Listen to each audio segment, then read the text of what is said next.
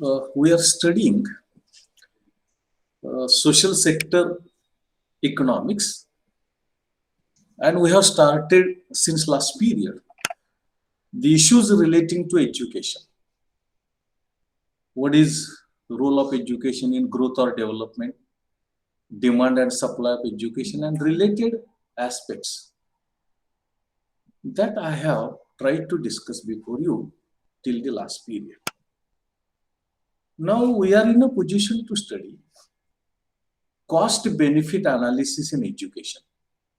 Cost benefit analysis in education. What is meant by cost benefit analysis? What can be stages? What is importance? And how it is applicable in education. How it is applicable in education. These are the things which are expected to be studied so far as cost benefit analysis is concerned. I will share presentation and that will help us. This is cost benefit analysis in education. Cost benefit analysis in education. Slide is visible? Yes, sir. Yes, sir. Actually, cost benefit analysis is a tool of government project evaluation. It is a tool, it is a technique which evaluates the projects of the government. And consequently, that becomes helpful for the decision-making authority relating to that project, under which the efforts are made to evaluate policies and the projects those have been started. Actually, what is cost-benefit analysis? A practical way of assessing the desirability of the projects. It implies the enumeration and evaluation of all relevant costs and benefits. That is, examining, assessing cost and benefits of a development project or public sector project, or the desirability, that is suitability of the project. That is called as cost benefit analysis. It is a systematic appraisal of all benefits and costs of the project in comparison with other projects or other actions. And therefore, it is said that cost-benefit analysis is a social decision-making machinery involving an attempt to evaluate all the major costs and benefits of the project or course of action. Thus, cost-benefit analysis is examining or assessing or evaluating benefits and cost of a development project or policy or that particular policy of the government. Block says, if all the techniques of investment appraisal, none has attracted more attention than cost benefit analysis. There are a number of techniques for undertaking investment or investment evaluation. But the important technique which is prominently and frequently used, that is cost benefit analysis. That is cost benefit analysis. Actually, so far as history of cost benefit analysis is concerned, it started in United States, which was started by the Bureau of Land Reclamation in 1808. Later on, Albert Galton, US Secretary of Treasury, Frenchman Dupuit, all those have contributed to the development of cost benefit analysis. The Flood Control Act of 1936, cost benefit analysis of water resource projects. Eckstein in 1958, Clausen and Nietzsche in 66-81. Cost benefit analysis was used in environmental problems in 1980, environmental damage assessment. In UK in 1960, in 1970, to assess road investment. In 1989, environmental cost benefit analysis. And in 1991, guidelines were issued incorporating environmental impacts in policy appraisal.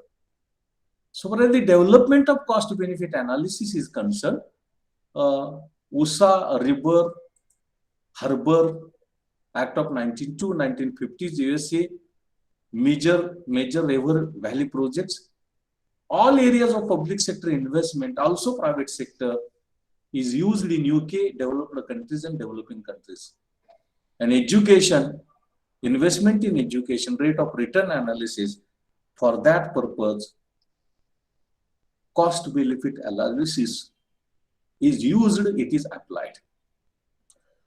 Now, Sharplowolfs and Woodhull have defined the technique cost benefit analysis as a technique by which these factors, that is cost, benefits, and time scale, can be compared systematically for the purpose of evaluating the profitability of any proposed investment.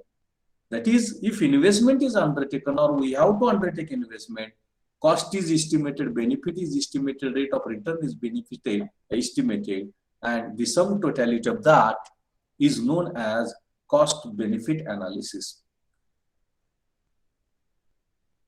Woodhull has given three ways of presenting cost benefit analysis: benefits minus cost ratio, that is discounted benefits and discounted cost; present net value, that is net discounted benefits minus discounted cost; and internal rate of return. These are the three criteria which are used so as to arrive at a decision or conclusion relating to cost benefit analysis.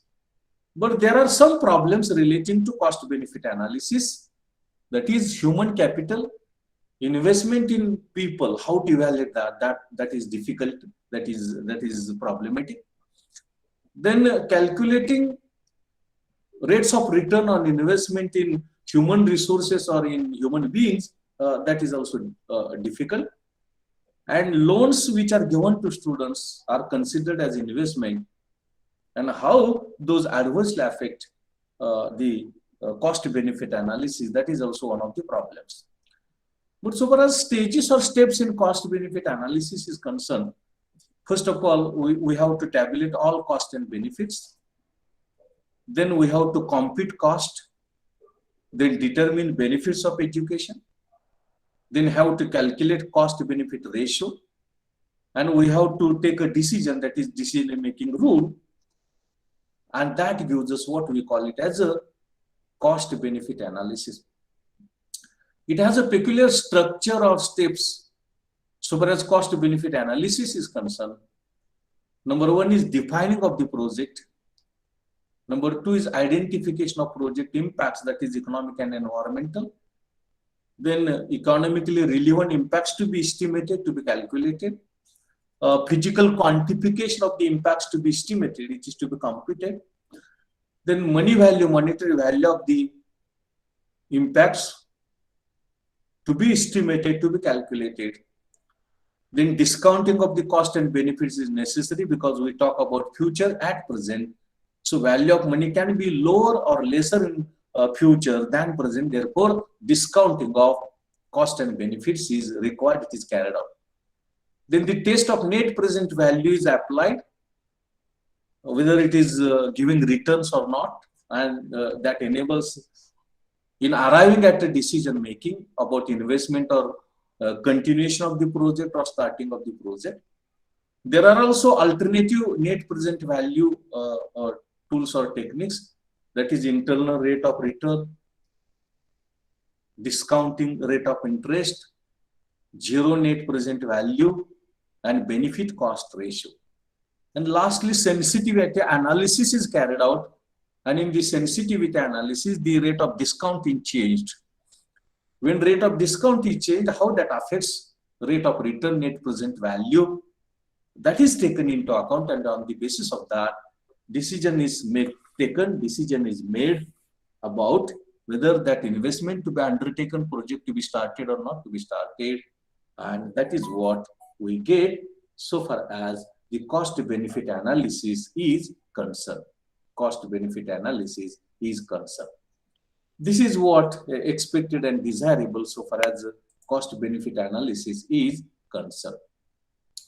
Now, in this cost benefit analysis, net present value is taken into account, and it is the net present value is the efficiency of that project. It is efficiency of that project, and it is calculated by taking into account the discount rate, physical quantities, quantities of input, shadow prices, physical quantities and qualities of output.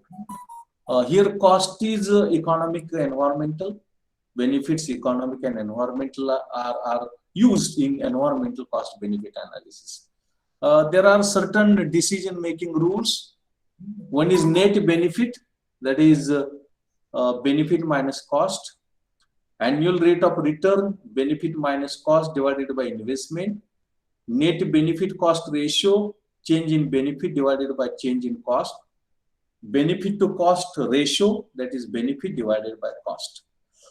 These are the decision making criteria which are used so as to arrive at a decision about whether that investment is suitable or unsuitable, viable or not viable. And prominently the rate of return is used so as to arrive at a decision. This is a theoretical framework of cost benefit analysis. Now it is necessary to study the cost benefit analysis in education. But in brief, I will explain in Marathi and then I shall proceed further. आज आपण खर्च लाभ विश्लेषणाचा विचार करतो. आपण पर्यावरणाच्या अर्थशास्त्रामध्ये त्याचा विचार केलेला होता. तेच तंत्र आपण शिक्षणाच्या बाबतीमध्ये कसं लागू करता येतो, शिक्षणाच्या बाबतीमध्ये ते कसं लागू पडतं, याचा अभ्यास, याचं विवेचन आपल्याला करायचं आहे.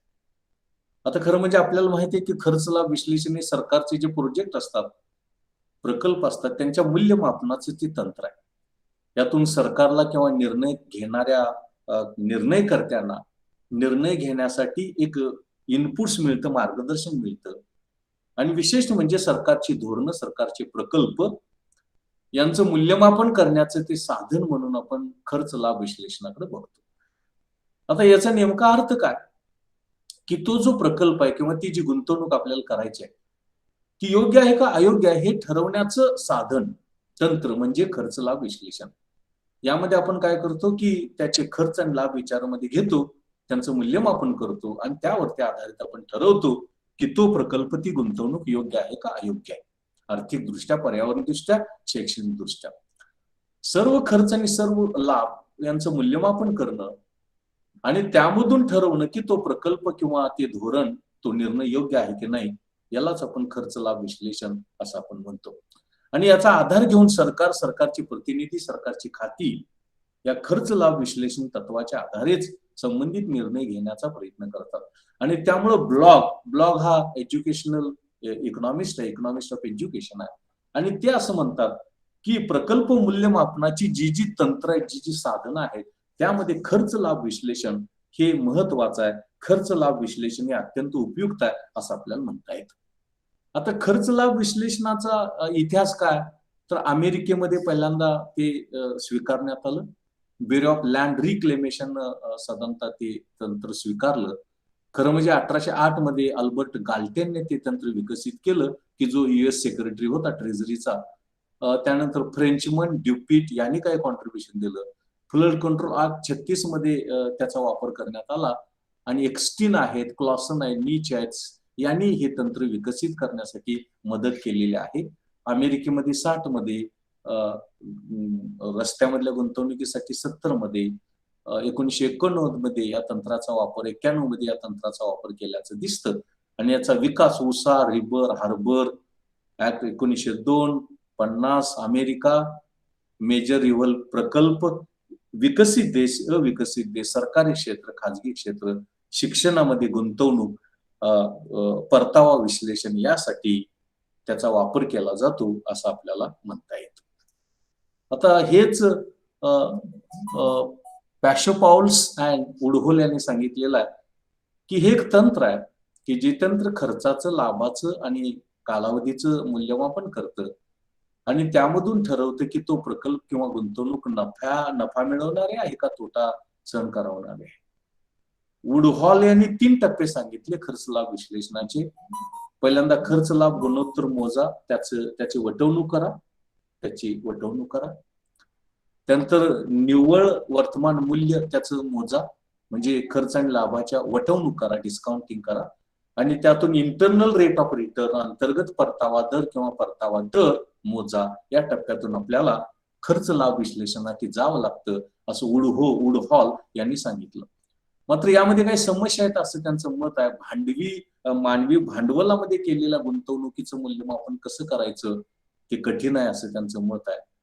गुंतवणुकीवरचा जो परतावा आहे त्या परताव्याचा दर हा विचारात घेणं आणि तो मोजणं, तर तो कॅल्क्युलेट करणं कठीण आहे, अवघड आहे असं दिसतं. त्यामध्ये विद्यार्थ्यांना कर्ज दिली तर त्या कर्जाचं कसं आपण मूल्यमापन करायचं, खर्च लाभ विश्लेषण, अशा प्रकारची एक समस्या यामध्ये दिसते. याचे टप्पे किंवा अवस्था त्यांनी सांगितल्या की पहिल्यांदा खर्च आणि लाभाचा एक तक्ता तयार करा, त्यानंतर खर्चाचं मापन करा, त्यानंतर लाभांचं मापन करा, त्यानंतर खर्च लाभ गुणोत्तर शोधा आणि मग निर्णय घ्या की ती गुंतवणूक, तो प्रकल्प योग्य आहे का अयोग्य आहे, बरोबर का चूक आहे. त्याचं स्ट्रक्चर, त्याची रचना किंवा त्याचे टप्पे अजूनही सांगता येतात. प्रकल्पाची व्याख्या द्यायची, त्याचे परिणाम आपण विचारात घ्यायचे, आर्थिक पर्यावरणीय बाकीचे आर्थिक परिणाम आपण महत्वाचे कोणते ते विचारात घ्यायचे, त्याचं भौतिक संख्येमध्ये प्रकटीकरण करायचं, त्याचं पैशामध्ये मूल्यमापन करायचं, त्याची वटवणूक करायची खर्च आणि लाभांची, आणि मग नेट प्रेझेंट व्हॅल्यू, निव्वळ वर्तमान मूल्य ही जी चाचणी आहे, टेस्ट आहे, ती लागू करायची. याबरोबरच internal rate of return, discounting of interest, zero net present value, लाभ खर्च गुणोत्तर याचाही विचार केला जातो.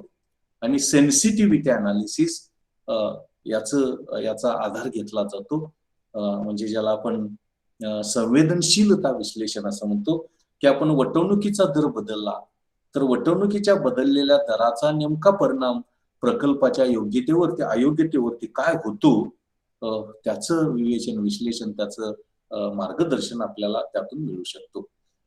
नेट प्रेझेंट व्हॅल्यूचा प्रामुख्याने वापर केला जातो आणि त्याचबरोबर खर्च, आर्थिक पर्यावरणीय लाभ, आर्थिक पर्यावरणीय हे विचारात घेतले जातात.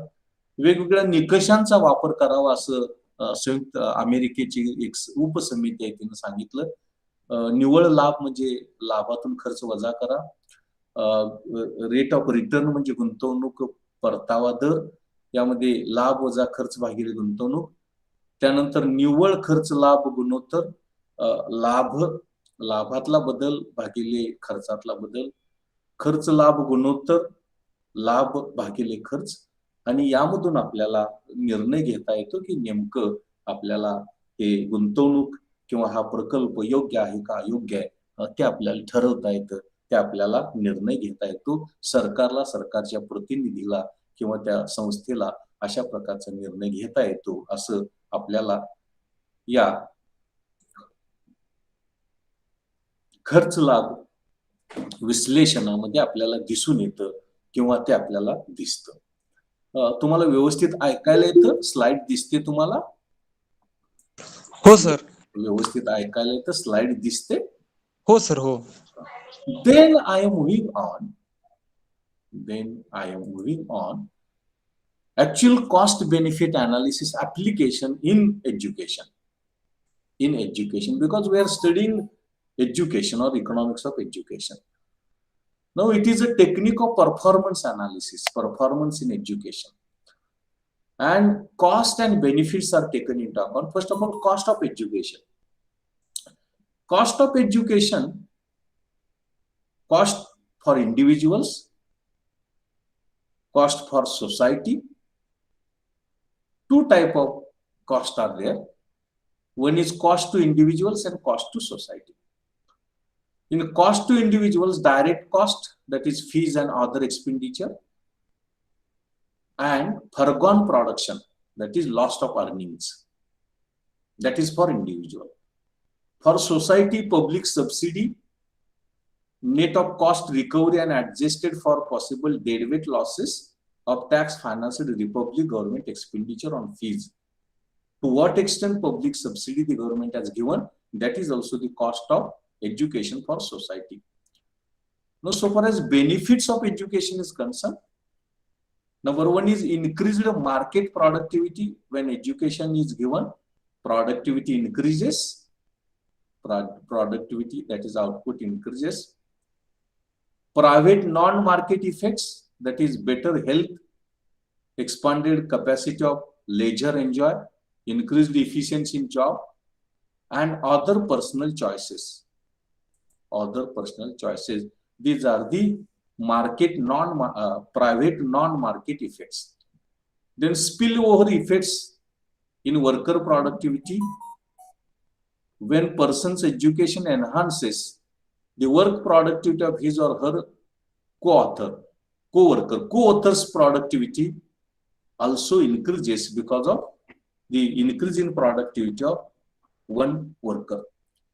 Then expanded technological possibilities, that is discovery, adaptation, use of new knowledge in science, medicine, industry, elsewhere, that gives benefits of technological advantage. Then community non-market effects, greater social equity, cohesive communities, stronger sense of nationhood, slower population growth. These are the community non-market benefits that we can get.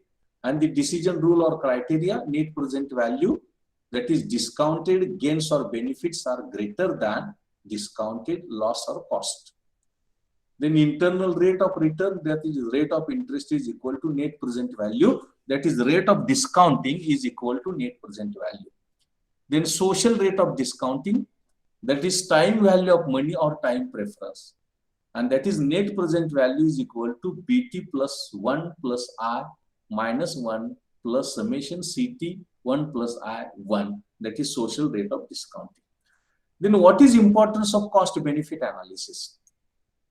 Importance of cost benefit analysis is, it is a project evaluation technique.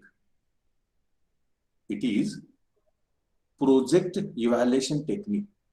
That is, we can evaluate projects based on or using this technique. Then it is useful for government decision making. Government can take a decision about beginning of a new project or continuation of the new project, and thus it is useful for government. Social welfare maximization, basically these projects are in public sector, in government sector, and all those are very closely related to social welfare. And therefore, social welfare maximization is identified based on the cost benefit analysis.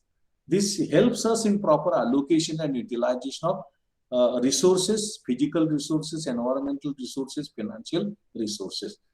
This is helpful in economic development or speeding up economic development. This can help us in preservation, conservation of the environment. This helps in formulation and implementation of a development project policy. We can decide economic and environmental viability of the projects, whether it is economically suitable, environmentally suitable or not. Then we get environmental values, economic values. We can decide sustainable or economic development, whether it is possible to achieve sustainable or economic development or not. That we can understand. It is because of the sustainable, that is cost benefit analysis. But this cost benefit analysis has certain limitations. It has certain limitations. Number is voting and marketplace. That is how voting to be carried out, and market is not there for education, not there for environmental resources, goods. So how we can apply market technique or market? That is a problem, that is a limitation so far as cost benefit analysis is concerned. Then how to estimate gains and losses, how to measure gains of advantages and losses, benefit and cost, that is very difficult. Then prices are fluctuating, so which prices to be considered? Of all the commodities and services, those we have taken into account, the prices are fluctuating. Prices are show ups and downs. And in this backdrop, how to take into account or which prices of the commodities and services to be taken into consideration while carrying out cost benefit analysis, and that is also one of the limitations. Then institutions are required, and unless and until institutional provisions are there, we are not in a position to apply cost benefit analysis, especially in environment and also education. And therefore, that is also one of the limitations of cost benefit analysis. Limitations of cost benefit analysis. बघा, आपण पहिल्यांदा खर्च लाभ विश्लेषण बघितलं. त्यानंतर हे खर्च लाभ विश्लेषण शिक्षणामध्ये कसं आपल्याला लागू करता येतं, शिक्षणाच्या संदर्भामध्ये आपण कसं लागू करू शकतो याची चर्चा आपण करत आहोत. आपल्याला हे माहिती की खर्च लाभ विश्लेषणामध्ये आपल्याला खर्च मोजावा लागतो आणि लाभ मोजावा लागतो. आता शिक्षणाचा जो खर्च आहे तो शिक्षणाचा खर्च व्यक्तीला असतो आणि समाजाला असतो. व्यक्तीला जो असतो तो प्रत्यक्ष खर्च असतो, यामध्ये फी देणं किंवा वह्या विकत घेणं किंवा बाकीचा खर्च यामध्ये असतो.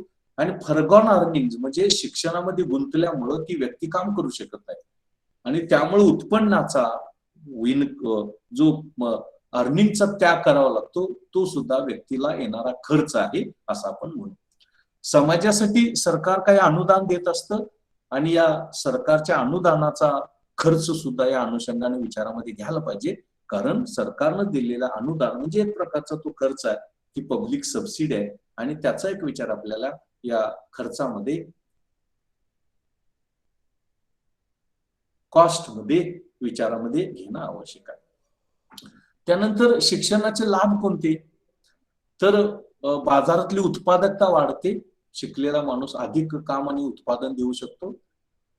त्यानंतर बिगर बाजार परिणाम काय असू शकतात की बाबा आपली आरोग्यविषयक स्थिती सुधारते, आपली विश्रांतीचा जो कालावधी आहे तो एन्जॉय करण्याची क्षमता वाढते, आपली कार्यक्षमता वाढते, आपली जी निवड आहे ती निवड बदलते. काही स्पिल ओव्हर परिणाम आपल्याला दिसतात, प्रामुख्यानं कामगाराच्या उत्पादकतेवरती.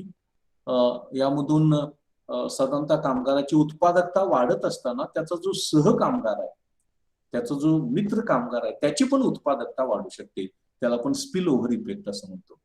टेक्नॉलॉजिकल बेनिफिट्स किंवा पॉसिबिलिटीज, यामध्ये तंत्रज्ञानाचा, आधुनिक तंत्रज्ञानाचा, यंत्राचा वापर केल्यामुळं, सायन्सचा वापर केल्यामुळं प्रामुख्यानं उत्पादकता वाढू शकते.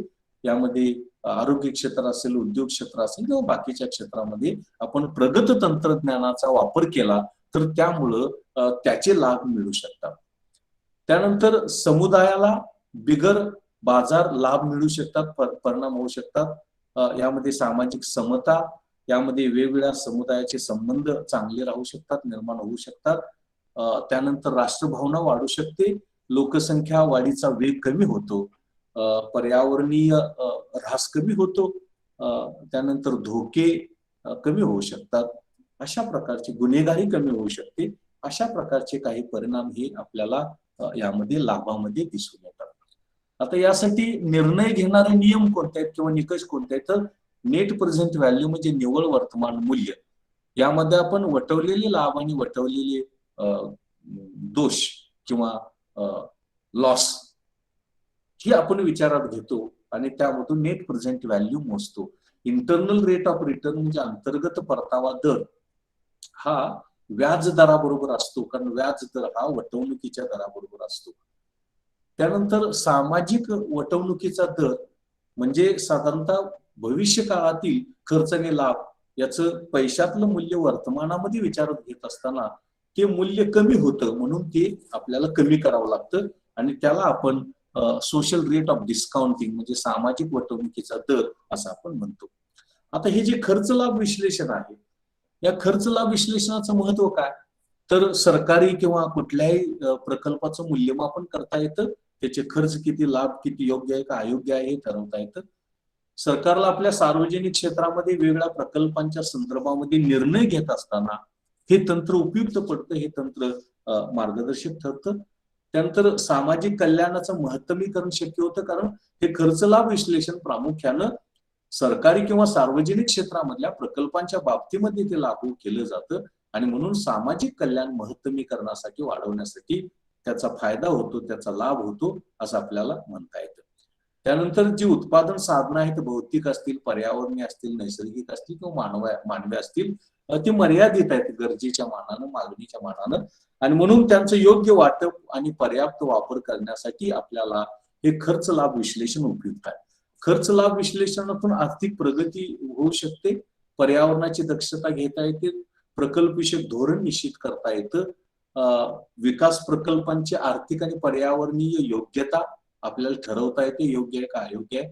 त्यानंतर पर्यावरणीय मूल्य मोजता येतं. वेगळी पर्यावरणीय जी मूल्य आहेत, उपयुक्तता मूल्य, बिगर उपयुक्तता मूल्य, यासारखी मूल्य आपल्याला मोजता येतात.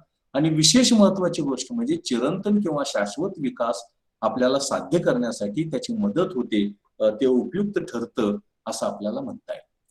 असं जरी असलं तरी सुद्धा खर्च लाभ विश्लेषणाच्या काही मर्यादा आहेत. खर्च लाभ विश्लेषणाच्या काही मर्यादा आहेत आणि त्या मर्यादांचा सुद्धा विचार आपल्याला या अनुषंगानं खर्च लाभ विश्लेषणाचा विचार करताना करणं आवश्यक आहे, करणं गरजेचं आहे. एक म्हणजे मत देणं आणि बाजार व्यवस्थेचा अभ्यास करणं थोडंसं अवघड आहे. म्हणजे मतांच्या आधारे आणि बाजाराच्या ठिकाणाचा खर्च लाभ विश्लेषणाच्या आधारे अभ्यास करणं, त्याचं विवेचन विश्लेषण करणं, त्याचं परीक्षण करणं थोडी कठीण बाब आहे, अवघड बाब आहे आणि त्यामुळे लागू करणं कठीण जाईल असं आपल्याला म्हणता येतं. खर्च आणि लाभ मोजणं किंवा लाभ आणि खर्च मोजणं हे तसं कठीण काम आहे. किती नेमका लाभ मिळाला, सगळ्यांना किती मिळाला, किती खर्च आला, सगळ्यांना किती खर्च आला, याचं मापन करणं कठीण आहे संख्येमध्ये, पैशामध्ये. आणि त्यामुळे सुद्धा ती एक मर्यादा आपल्याला या खर्च लाभ विश्लेषणामध्ये दिसून येते, खर्च लाभ विश्लेषणामध्ये आपल्याला बघायला मिळते. त्यानंतर किमती या सातत्यानं बदलत असतात वस्तू व सेवांच्या. मग कोणत्या किमती आपण विचारात घ्यायच्या, त्या कशा घ्यायच्या, का घ्यायच्या, हा किमतींच्या निवडीचा प्रश्न हा खर्च लाभ विश्लेषणामध्ये एक महत्वाचा प्रश्न, महत्वाची समस्या ही त्यामध्ये आपल्याला दिसून येते. आणि तिचं काय करायचं, अशा प्रकारची एक मर्यादा, अशा प्रकारची एक लिमिटेशन हे आपल्याला खर्च लाभ विश्लेषणामध्ये दिसते. त्याचबरोबर संस्थेची गरज आहे, संस्थात्मक व्यवस्थेची गरज आहे, इन्स्टिट्यूशनल स्ट्रक्चरची गरज आहे. कारण खर्च लाभ विश्लेषण आपल्याला जर करायचं असेल तर ते करत असताना आपल्याला तशा संस्थात्मक व्यवस्थांची निर्मिती करावी लागेल, तशी संस्थात्मक व्यवस्था आपल्याला करावी लागेल आणि त्या आधारे मगच शिक्षणामध्ये, शिक्षण क्षेत्रामध्ये खर्च लाभ विश्लेषण आपल्याला लागू करता येईल किंवा ते अप्लाय करणं शक्य होईल किंवा त्याचं लागू करणं, त्याचं धोरण, त्याची अंमलबजावणी करणं आपल्याला योग्य ठरू शकेल, उपयुक्त ठरू शकेल असं आपल्याला म्हणता येईल. आता प्रत्यक्षामध्ये हे खर्च लाभ विश्लेषण शिक्षणामध्ये लागू केला तर त्या संदर्भातले काही अभ्यास झालेले आहेत, काही संशोधन झालेले आहेत. ती संशोधन, ती रिसर्च आपल्याला बघता येईल. That is empirical studies on cost benefit analysis. Now in foreign countries, Strimlin has carried out one study, a research study, and he observes that primary education increases labor efficiency. Primary education and other categories of education, that is education increases labor efficiency. For example, primary education increases labor efficiency by 44%, secondary education by 108%, and university education by 300%. So education increases labor efficiency or efficiency of labor. That is one of the conclusions which Strumlin has derived from the cost benefit analysis which he has carried out relating to education. Then, according to Strimlin study, in 1939, high school and college income difference is 57%. That is, college efficiency is more than the high school efficiency. In 1946, difference between elementary and high school income difference is 26%. Difference between high school and college income difference is 54%. And thus 34%, 63%, 46%, 56%, 48%, 65%. In this way, on an average, difference in elementary and high education and higher education and college education is studied by Strumlin. High school 4 years, a difference of 1,75,000 American dollars. In 1956, it increased to 2,38,000. College 4 years or more, difference is 2,87,000 and 3,92,000. difference 1,11,000 and 1,44,000. So how the earning is different? Because of the investment or education, how that education increases efficiency, that is studied by foreign countries. In India also, some studies have been carried out.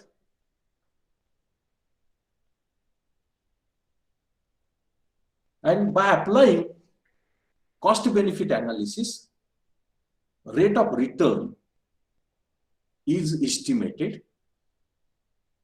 Direct and indirect cost, expected level of earnings, distribution of expected earning, all those have been taken into account. Then incidence of unemployment, intensity of individual concern, all those have been taken into account. And here the cost benefit analysis is calculated relating to education in India. Now total cost for matriculates 1,587, annual earnings 1,631, gross yearly returns 700, net yearly returns 593, rate of gross returns 0.44%, total cost 0.57, private cost 0.44, direct cost 0.44%. Rate of net returns, total cost 0.37%, private cost 0.48%, direct cost 0.37%. And for graduates, these are the figures.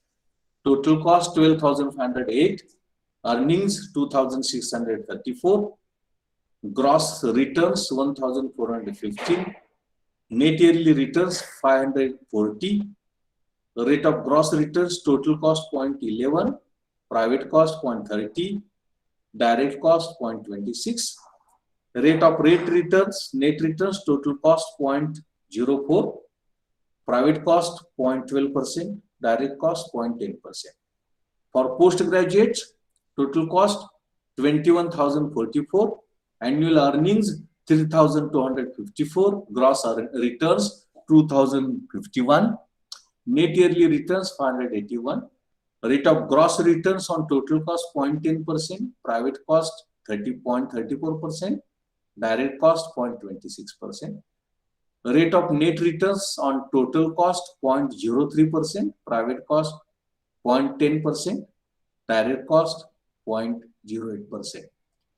For professional graduates, total cost 35,273, annual earnings 4,880, gross yearly returns 3,649, net yearly returns 1,178, rate of gross returns on total cost 0.10%, private cost 0.28%, direct cost 0.18%, rate of return on total cost 0.03%, private cost 0.09%, direct cost 0.06%.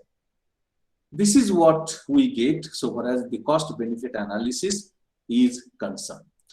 Now, what is the importance of cost benefit analysis in education? Importance of cost benefit analysis in education.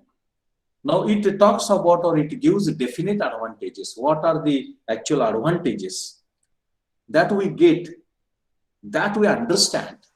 It is because of cost benefit analysis. The cost and benefits of education that we can estimate. What are the costs, what are the benefits, their estimation, their calculation is possible. It is because of cost benefit analysis. Then what are the items of cost, what are the items of benefits that we can understand and we can estimate them. Rate of return on investment, when investment is undertaken in education, at what rate of return it gives benefits or it gives rate of return, that we can understand. It is because of the cost benefit analysis in education. Then rate of return, that is social, private and average and marginal, that also we understand, that also we get idea. It is because of cost benefit analysis in education. This gives us direction or advice about investment in education, whether investment to be undertaken or not. If it is to be undertaken, why it is to be undertaken, that decision is supported by the cost benefit analysis in education. Then it is superior technique than all other techniques. There are other techniques also, but the cost benefit analysis is considered as one of the superior techniques of cost benefit analysis or project evaluation in education. Developed countries have more rate of return to investment in education, and they frequently, continuously, they take into account cost benefit analysis or apply cost benefit analysis. Education in developing countries also profitable, that we can understand. It is because of cost benefit analysis. Cost benefit analysis is helpful for us in education planning. When we have to plan university, when we have to plan colleges, when we have to plan to start up education institutions, this cost benefit analysis is useful, cost benefit analysis is helpful, and therefore cost benefit analysis is of crucial importance. Then it is helpful for us in planning of investment in education, how much investment to be carried out, when it is to be carried out, where it is to be carried out. All those answers, all the answers of this question are being given by the cost benefit analysis, and therefore cost benefit analysis is of crucial importance. It is of greater importance. आपण खर्च लाभ विश्लेषण म्हणजे काय ते बघितलं. खर्च लाभ विश्लेषण शिक्षणाच्या संदर्भामध्ये आपण बघितलं. त्याचा अर्थ काय, त्याचे टप्पे कोणते, त्याचे निकष कोणते, त्याचे महत्व काय, त्याच्या मर्यादा काय, या सगळ्या गोष्टी आपण बघितल्या. आता हे जे खर्च लाभ विश्लेषण आहे, ते खर्च लाभ विश्लेषण प्रत्यक्षामध्ये शिक्षणामध्ये लागू केल्यामुळं नेमका काय चित्र आहे, काय निष्कर्ष आहे, किंवा काय संशोधन सांगतं, याचा विचार आपण करत आहोत. स्ट्रुमलिन यांनी एक अभ्यास केला आणि त्यांनी असं सांगितलं की शिक्षणामुळे कामगाराची कार्यक्षमता वाढते. आपण प्राथमिक शिक्षण घेतलं तर 44% वाढते, माध्यमिक शिक्षण घेतलं तर 108% वाढते, आणि विद्यापीठ शिक्षण घेतलं तर 300% वाढते. हेच स्ट्रुमलिन यांनी वेगवेगळ्या शिक्षणासाठी वेगवेगळ्या कालावधीमध्ये ही जी कार्यक्षमता आहे कामगाराची किंवा कर्मचाऱ्याची, ती कशी वाढत जाते, त्याचा अभ्यास केला आणि त्यातून काही निष्कर्ष काढले. त्यांच्यामध्ये 1939 मध्ये 57% उत्पन्नातला फरक तुम्हाला दिसतो कॉलेज उत्पन्न आणि हायस्कूल उत्पन्नामध्ये. 46 मध्ये प्राथमिक आणि हायस्कूल उत्पन्न यामधला जो उत्पन्नातला फरक आहे तो 26% आहे. हायस्कूल आणि कॉलेज मधला फरक हा 54% आहे. अशा पद्धतीने 34%, 63%, 46%, 56%, 48%, 65% असा फरक हा उत्पन्नामध्ये प्राथमिक आणि हायस्कूल आणि महाविद्यालयीन शिक्षण यामध्ये उत्पन्नामध्ये निर्माण होतो, असं स्ट्रुमलिन यांचा अभ्यास आपल्याला सांगतो. ऍब्सोल्यूट फिगर्स मध्ये सुद्धा अशा प्रकारचा फरक हा किती असू शकतो या शिक्षणामध्ये, त्याचाही विवेचन हे स्ट्रुमलिन यांनी केलेलं आहे. 4 वर्षाच्या हायस्कूलच्या कालावधीमध्ये जवळपास 1,75,000 अमेरिकन डॉलर्स एवढं उत्पन्नामध्ये फरक पडू शकतो. महाविद्यालयाच्या 4 वर्षाच्या शिक्षणामध्ये 2,87,000 डॉलर्स एवढा फरक पडू शकतो उत्पन्नामध्ये, आणि फरक जो आहे तो 1,12,000 डॉलर्स एवढा असू शकतो. यामध्ये 1956 मध्ये 4 वर्षाचं हायस्कूल केलं तर 2,38,000 एवढं उत्पन्न, अमेरिकन डॉलर्स एवढं उत्पन्न मिळू शकतं. महाविद्यालय पूर्ण केलं शिक्षण तर 3,92,000 एवढं उत्पन्न मिळू शकतं. फरक आहे तो 1,54,000 एवढा आहे असं म्हटलेलं आहे. भारताच्या संदर्भामध्ये सुद्धा अशा प्रकारचा खर्च लाभ विश्लेषण हे लागू करण्याचा प्रयत्न केला. त्यातून खर्च मोजला, परतावा मोजला, उत्पन्न मोजलं, परताव्याचा दर मोजला, आणि त्याचं चित्र हे या स्लाइड मध्ये आपल्याला दिसतं. मॅट्रिक्युलेट 10वी पर्यंत एकूण खर्च 1,587 येतो, वर्षाला उत्पन्न 1,631 मिळतं, एकूण परतावा 700 मिळतो, निव्वळ परतावा 593 मिळतो, आणि एकूण परताव्याचा रेट एकूण खर्चाच्या 0.44%, खाजगी खर्चाच्या 0.57%, प्रत्यक्ष खर्चाच्या 0.44% असतो. आता हा जो परताव्याचा दर आहे तो एकूण खर्चाच्या 0.37%, खाजगी खर्चाच्या 0.48% आणि प्रत्यक्ष खर्चाच्या 0.37% आहे असं आपल्याला म्हणता येईल. आणि हेच चित्र आपल्याला हे पदवी शिक्षणाच्या बाबतीमध्ये दिसतं. हा एकूण खर्च आहे, हा वार्षिक उत्पन्न आहे, हे एकूण उत्पन्न आहे, हे निव्वळ परतावा आहे आणि हे परताव्याचे दर आहेत एकूण खर्चाला, खाजगी खर्चाला, प्रत्यक्ष खर्चाला आणि निव्वळ परताव्याचा दर आहे तर एकूण खर्चाला 0.04%, खाजगी खर्चाला 0.12%, प्रत्यक्ष खर्चाला 0.10%.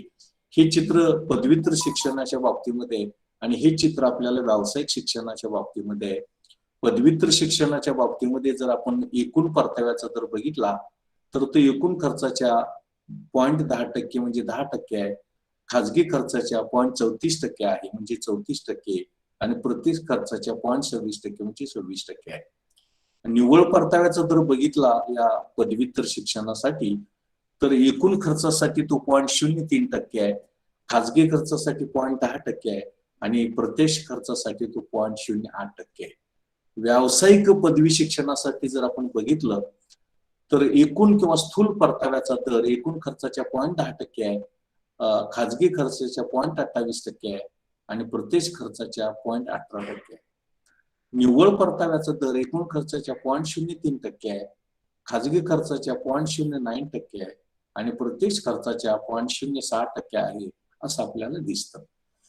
हे बघितल्यानंतर हे जे खर्च लाभ विश्लेषण आहे शिक्षणामध्ये त्याचं महत्व काय हे आपल्याला विचारात घेता येतं आणि त्यामध्ये नेमके लाभ कोणते आहेत शिक्षणाचे ते मिळतात, यातले महत्वाचे खर्च आणि लाभाचे घटक कोणते आहेत ते आपण बघू शकतो, आपल्याला समजतात.